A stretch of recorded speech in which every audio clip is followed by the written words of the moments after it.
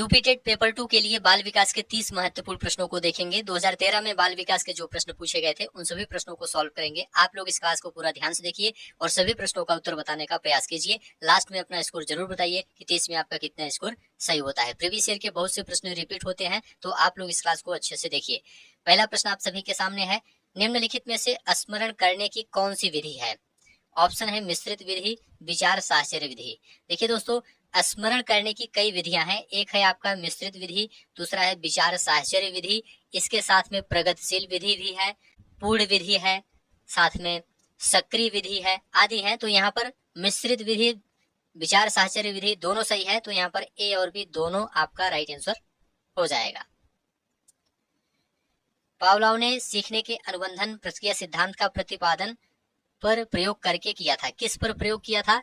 तो देखिए दोस्तों, पावलोव ने सीखने के अनुबंधन प्रक्रिया सिद्धांत का प्रतिपादन कुत्ते पर प्रयोग करके किया था। तो यहाँ पर सी ऑप्शन कुत्ते आपका राइट आंसर हो जाएगा। सीखने के वक्र, सीखने के वक्र किसका सूचक है? देखिए दोस्तों, सीखने के वक्र सीखने की प्रगति के सूचक है। यहाँ पर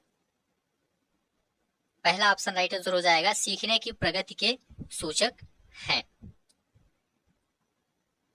अध्यापन के समय अध्यापक को निम्नलिखित में से किसका सर्वाधिक ध्यान रखना चाहिए? विषय वस्तु, विद्यार्थियों की आयु, वैयक्तिक भिन्नता। तो देखिए, वैयक्तिक भिन्नता का सर्वाधिक ध्यान रखना चाहिए, तो सी ऑप्शन वैयक्तिक भिन्नता आपका राइट आंसर हो जाएगा। कर्ट लेविन के अनुसार समूह में जो परिवर्तन होते हैं उन्हें क्या कहा जाता है? समूह में जो परिवर्तन होते हैं उन्हें गतिशीलता कहते हैं। यहाँ पर सी ऑप्शन राइट आंसर हो जाएगा, गतिशीलता। मानसिक स्वास्थ्य और में घनिष्ठ संबंध है। मानसिक स्वास्थ्य और किस में घनिष्ठ संबंध है? तो समायोजन में। मानसिक स्वास्थ्य और समायोजन में घनिष्ठ संबंध है, तो यहाँ पर डी ऑप्शन समायोजन आपका राइट आंसर हो जाएगा। निम्न में से कौन अधिगमकर्ता को अधिक स्वतंत्रता देता है? तो देखिए, सृजनशीलतावाद अधिगमकर्ता को अधिक स्वतंत्रता देता है, तो यहाँ पर डी ऑप्शन राइट आंसर हो जाएगा। बुद्धि का तरल मोज़ेक मॉडल किसने दिया था?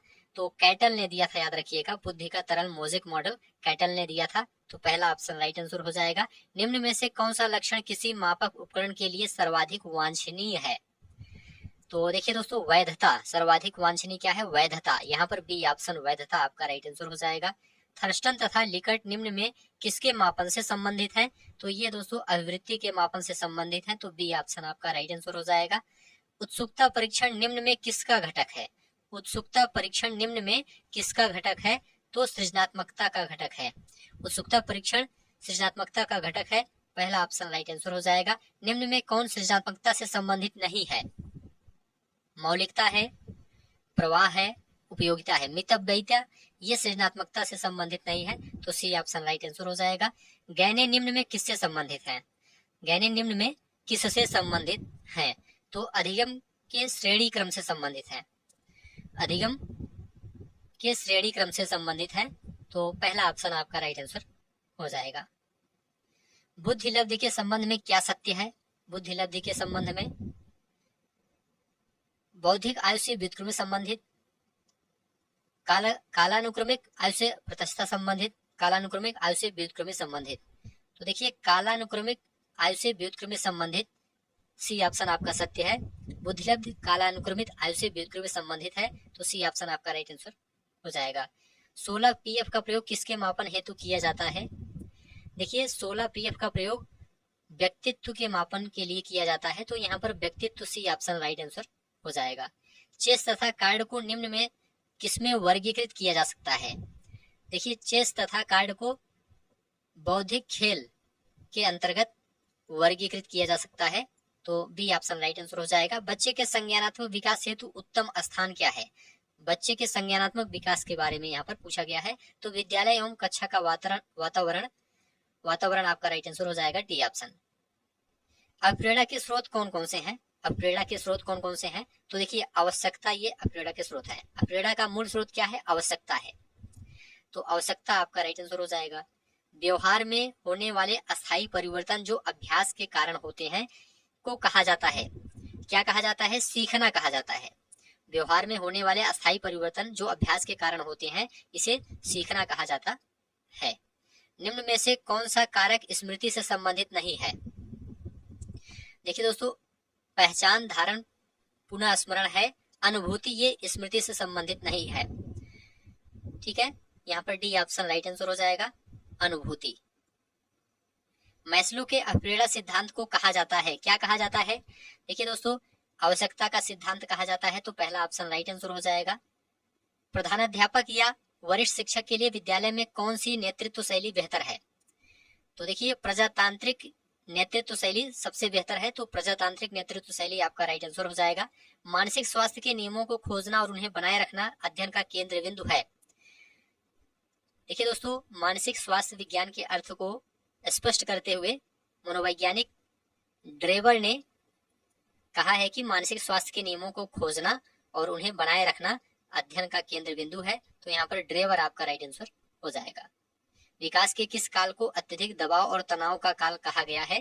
तो देखिए, किशोरावस्था को कहा गया है अत्यधिक दबाव और तनाव का काल, तो किशोरावस्था याद रखिएगा।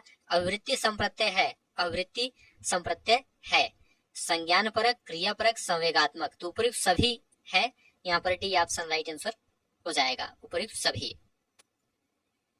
मनोवैज्ञानिकों के अनुसार बुद्धि सीखने की क्षमता है, अमूर्त चिंतन की योग्यता है, या तो ए या बी, ए और बी दोनों। तो देखिए दोस्तों, बुद्धि सीखने की क्षमता है, अमूर्त चिंतन की योग्यता है, तो यहाँ पर ए और बी दोनों आपका राइट आंसर हो जाएगा। प्रेरणा का वही संबंध उपलब्धि से है जो अधिगम का किससे है? तो देखिए, प्रेरणा का वही संबंध उपलब्धि से है जो अधिगम का बोध से है, तो यहाँ पर सी ऑप्शन बोध आपका राइट आंसर हो जाएगा। थॉर्नडाइक के व्यक्तित्व के वर्गीकरण का आधार है, थॉर्नडाइक के व्यक्तित्व के वर्गीकरण का आधार क्या है? तो चिंतन और कल्पना है, क्या है? चिंतन और कल्पना है, डी ऑप्शन राइट आंसर हो जाएगा। निम्नलिखित में से कौन सा भूलने का सिद्धांत है? भूलने का सिद्धांत कौन सा है? तो देखिए दोस्तों, प्रतीपकारी अवरोध, प्रतीपकारी अवरोध भूलने का सिद्धांत है, यहाँ पर बी ऑप्शन आपका राइट आंसर हो जाएगा।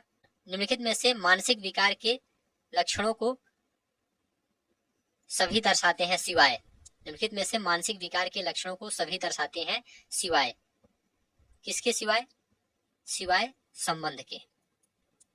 संबंध मानसिक विकास विकार का लक्षण नहीं है, जबकि भग्नाशा, तनाव, चिंता ये सब मानसिक विकार को दर्शाते हैं, तो यहाँ पर सी ऑप्शन राइट आंसर हो जाएगा। तो ठीक है दोस्तों, आज की इस क्लास को यहीं पर समाप्त करते हैं। आप लोग जल्दी से कमेंट करके बताइए 30 प्रश्नों में आपका कितना स्कोर सही हुआ है।